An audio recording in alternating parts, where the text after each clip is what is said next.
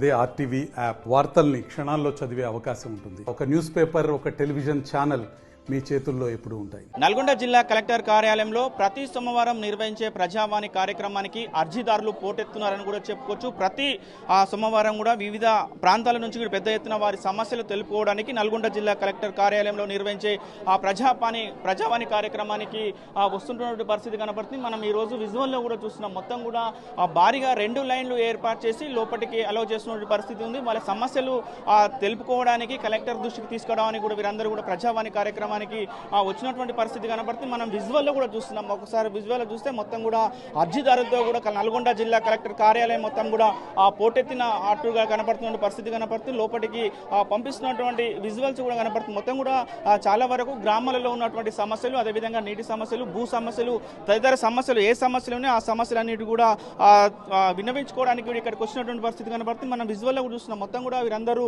అర్జీలు ఇవ్వడానికి వచ్చినటువంటి పరిస్థితి ఉంది. కొంతమంది సీనియర్ సిటిజన్స్ ఉన్నారు. వారితో కూడా మాట్లాడించే ప్రయత్నం చేద్దాం.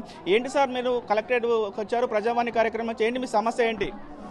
మాది సాదా బైనామది గురించి. మాది భూములు ఇప్పుడు కొనుక్కున్నాము. మా పాలి వాళ్ళు మోసం చేసి మా దగ్గర మాకు భూమి వేరే వాళ్ళకు పట్టా చేశారు. దాని గురించి తహసీల్ ఆఫీసులో ఎన్నోసార్లు అప్పీల్ చేసినా కానీ ఏం లాభం లేకుండా పోయింది. ఒక 10 సార్లు వరకు చేశాను. 10 సార్లు వరకు చేశాను. ఏం లాభం లేకుండా పోయింది.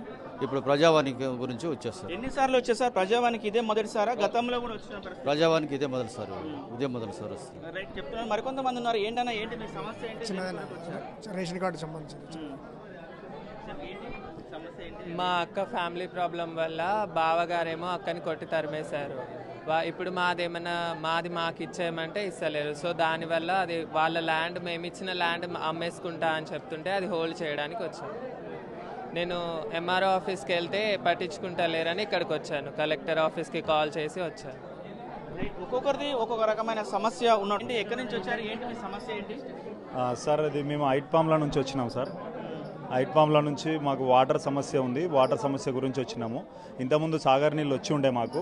మిషన్ భగీరథ కార్యక్రమాలు అన్నీ చేసినాక వాటర్ అనేది మొత్తం క్లారిటీగా మొత్తం పైపింగ్ అంతా డ్యామేజ్ అయింది. దానివల్ల మాకు వాటర్ సమస్య మళ్ళీ షురూ అయింది. దాని గురించి మేము ప్రభుత్వ అధికారులను అడుగుతున్నా కానీ వాళ్ళు ఇంతవరకు ఏం రెస్పాన్స్ లేదండి. ఇంతకుముందు దానికి సంబంధించిన ఎంపీడీఓ కార్యాలయంలో కూడా ఎంపీడీఓ అధికారులకు సంప్రదించారా? వాళ్ళు ఏం సమాధానం చెప్పారు? మేము ఆల్రెడీ సంప్రదించవలసిన అందరికీ మేము గ్రామ పంచాయతీలో, మాది మండల ఆఫీస్లో అందరికీ మేము సంప్రదించాము. కానీ వాళ్ళు ఎటువంటి రెస్పాండ్ ఇవ్వకపోవడంతో మేము ఇక్కడ ఒక 20 మంది వచ్చాము. ఒక్కరం కాదండి. మాకు మొత్తానికి వాటర్ లేకుండా అండ్ ఇంకో వాటర్ ప్లాంట్ వాళ్ళు 15 రూపాయలు క్యాన్కు వసూలు చేస్తున్నారు. కానీ దానివల్ల మాకు కనిపించే రోగాలన్నీ, మోకాల నొప్పులు పెద్దవాళ్ళకి తొందరగా రావడం వల్ల మేము బాధపడుతున్నాం. దాని గురించి సార్ అది కలెక్టరేట్ మేడం గారికి చెప్పడానికి వచ్చామండి. మీరు ఐటిపల్లె గ్రామం నుంచి వస్తున్నారు. సుమారు ఎన్ని కుటుంబాలు ఈ వాటర్ లేక ఇబ్బంది పడుతున్నారు? 400 కుటుంబాలకు పైగా ఉన్నాయండి. ప్రస్తుతం ఈ 400 కుటుంబాలు ఏ వాటర్ తాగుతున్నారు? ప్రతిరోజు ఓన్లీ వాటర్ ప్లాంట్ వాటర్ మాత్రమే తాగాల్సి వస్తుంది. ఎందుకనంటే మాకు ఇప్పుడు సాగర్ నీళ్ళ వాటర్ ప్లస్ అది సౌకర్యం లేదు. అందుకోసమనే మేము ఇక్కడ మేడంని కలిసి మా విన్నపాన్ని విన్నవించుకోవడం కోసం వచ్చామండి. చూస్తున్నాం. చాలా వరకు కూడా ఒక్కొక్కరిది ఒక్కొక్క రకమైన సమస్య. ముఖ్యంగా కూడా ఐటిపామ్ల గ్రామంలో సుమారు 400 ఇండ్లు ఉంటాయి. వారికి సంబంధించిన మంచినీటి సమస్య లేకపోవడం వల్ల ఈ రోజు కలెక్టర్ని కలవడానికి వచ్చామని కూడా చెప్తున్న పరిస్థితి. క్యూ లైన్లో ఉన్నటువంటి పరిస్థితి. మరికొంతమంది ఉన్నారు. ఏంటమ్మా, ఏంటి నీ సమస్య? కలెక్టరేట్కి వచ్చా, ఏముంది?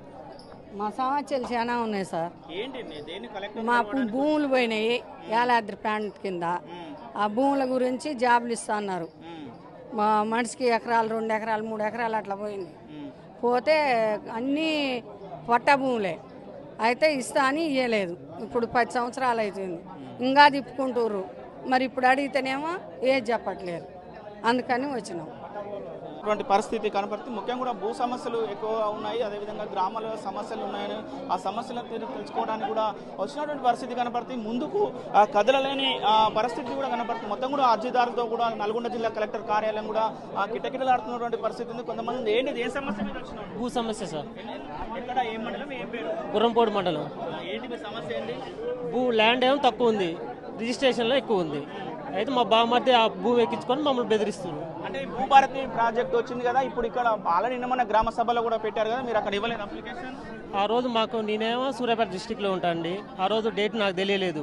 అడిగితే ఇప్పుడు మా కాడ ఏ ఊరిది ఆ ఊరే తీసుకుంటాం అంటే వాళ్ళు మళ్ళీ స్పెషల్ పర్మిషన్ ఇస్తే మండల స్థాయిలో తీసుకుంటామని చెప్పారు సార్. ఇంతవరకు ఏమిటి లేదు.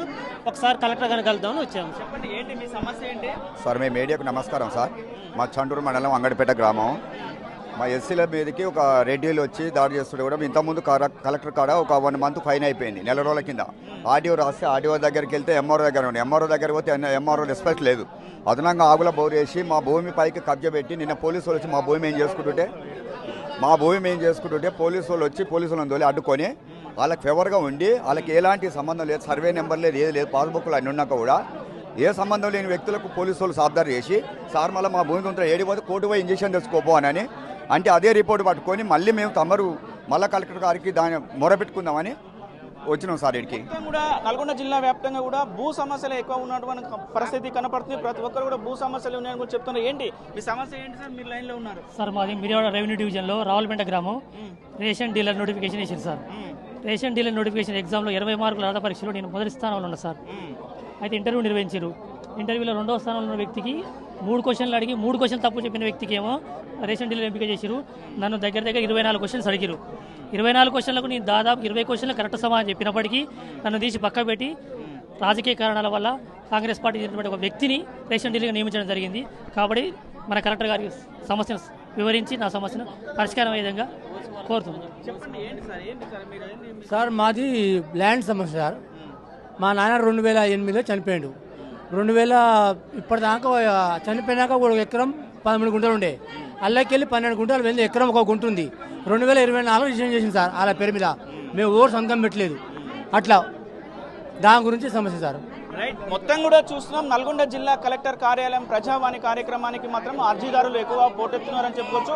ముఖ్యంగా కూడా వారికి సమస్య ఒకటే, భూ సమస్యలు ఎక్కువ ఉన్నాయని కూడా చెప్తున్నారు. గత భూభారతి ప్రాజెక్టు మొన్నటి వరకు కూడా భూభారతి ప్రాజెక్టు తీసుకొచ్చిన నేపథ్యం కూడా ఇప్పటి నుంచి కూడా ఎవరికి ఇబ్బందులు ఉండవని ఇప్పటికే ఆ ప్రభుత్వాలు చెప్పినప్పుడు గ్రామ సభలు కూడా నిర్వహించినటువంటి పరిస్థితి ఉంది. రెవెన్యూ సభలు నిర్వహించినప్పటికీ అయినా కూడా అర్జీదారులు మాత్రం నల్గొండ జిల్లా కలెక్టర్ కార్యాలయానికి మాత్రం పెద్ద ఎత్తున పోటెత్తున్న పరిస్థితి. కొంతమంది గ్రామాలలో కూడా మంచినీటి సమస్య ఎక్కువగా ఉంది అని చెప్తున్న పరిస్థితి కనపడుతుంది. మొత్తం కూడా ఏదైతే దీనికి సంబంధించిన గ్రామ సర్పంచ్ల పాలన లేకపోవడంతో కూడా మొత్తంగా అస్తవ్యస్తంగా తయారైనటువంటి పరిస్థితి. గ్రామాలు లేదని మరికొంతమంది చెప్తున్నారు. కొంతమందికి మొత్తం రేషన్ డీలర్లకు సంబంధించి రేషన్ డీలర్ల అవకతవకలు జరిగాయని కూడా మరికొంతమంది చెప్తున్నారు. ఏది ఏమైనా కూడా నల్గొండ జిల్లా కలెక్టర్ కార్యాలయం మాత్రము అర్జీదారులతో పోటెత్తున్నారు కూడా చెప్పుకున్న పరిస్థితి మనం విజువల్ కూడా చూస్తున్నాం. మొత్తం కూడా ఎవరైతే లోపలికి వెళ్ళి కలెక్టర్కు అర్జీ ఇవ్వడానికి కూడా ప్రయత్నం చేస్తున్న పరిస్థితి ఉంది. 2 క్యూ లైన్లు ఏర్పాటు చేసిన పరిస్థితి ఉంది. మొత్తం కూడా అక్కడ సెక్యూరిటీ ఒక్కొక్కరిని లోపలికి అలౌ చేస్తున్న పరిస్థితి. ఏది ఏమైనా కూడా ప్రతి సోమవారం నిర్వహించే ప్రజావాణి కార్యక్రమానికి ప్రతి సోమవారం ప్రజలు మాత్రము పోటెత్తున్నారని కూడా కనబడుతున్న పరిస్థితి కనబడుతుంది. ఆటో స్టూడియో మరిన్ని వీడియోస్ కోసం ఛానల్ ని సబ్స్క్రైబ్ చేయండి. లేటెస్ట్ అప్డేట్స్ కోసం వాట్సాప్ ఛానల్ ని ఫాలో చేయండి. అండ్ లింక్ డిస్క్రిప్షన్ లో ఉంది.